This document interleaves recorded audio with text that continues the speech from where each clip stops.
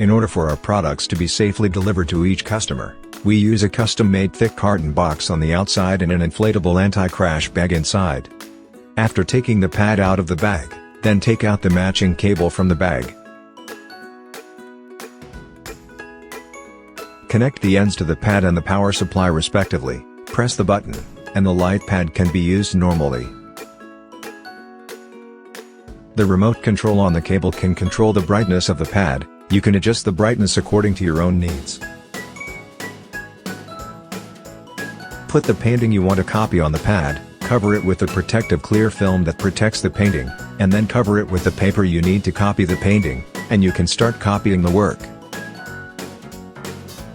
From the comparison of the two sides, you can see that the copy creation with our pad is very obvious. Besides, there are scales on the edge of the pad, which can make you more accurate when copying the painting. Cover flame, we got you covered.